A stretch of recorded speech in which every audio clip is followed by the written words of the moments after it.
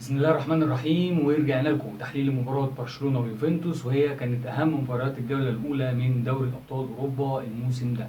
مباراة فيها كلام كتير جدا.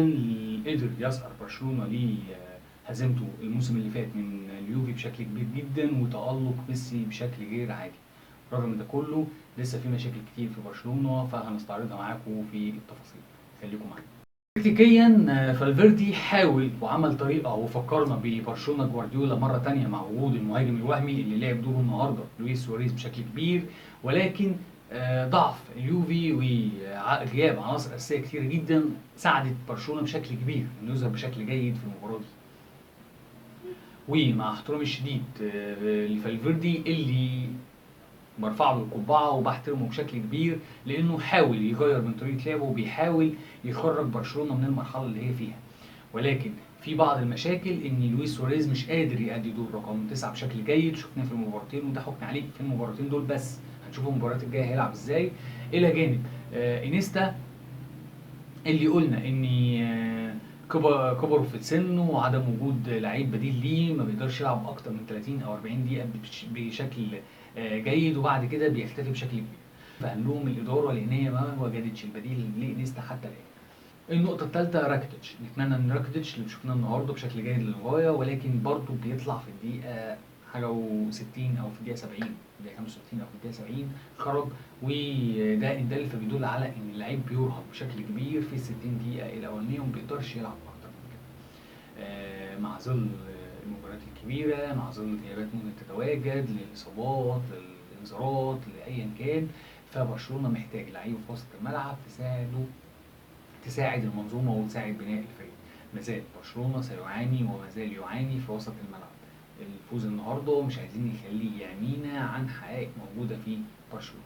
أليجري النهارده يا جماعه اتعامل مع المباراه بشكل سيء للغايه، و بشكل فيه مش عارف.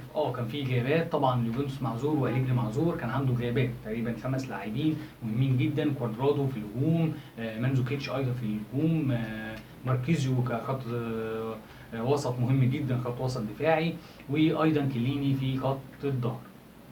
كل دي غيابات اثرت بشكل كبير على اليوفي النهارده.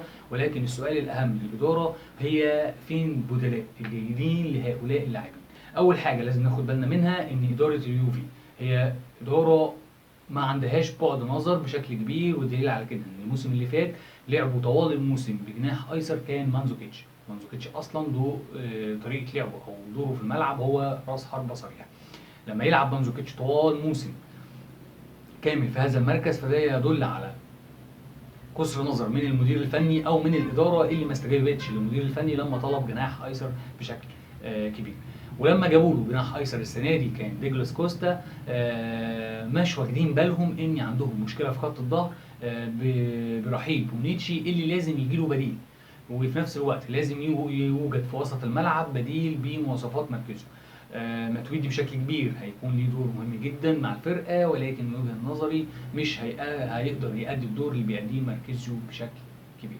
في يوفنتوس يا جماعه ما كانتش في لعيب او اتنين او في مركز او اتنين او غياب بعض اللعيبه، لا، هي الفريق ككل كان عنده بعض المشاكل اللي أليجري ما عرفش يتعامل معاها.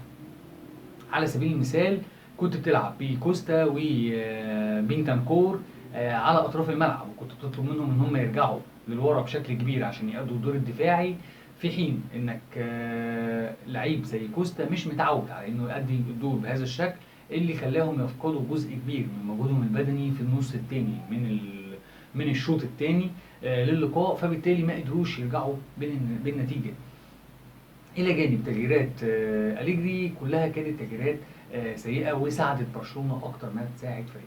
كنا اتكلمنا قبل كده على أليجري انه من المدربين اللي ما بيقدرش يقرا اللعب بشكل جيد، وبيبقى متحفظ ومعتمد على طريقته ايا كان النتيجه ايه. وفي النهايه ما تنسوش تعملوا لايك وشير وسبسكرايب للقناه لو عجبكم الفيديو. ومتعه كره القدم هي الكوره الشامله.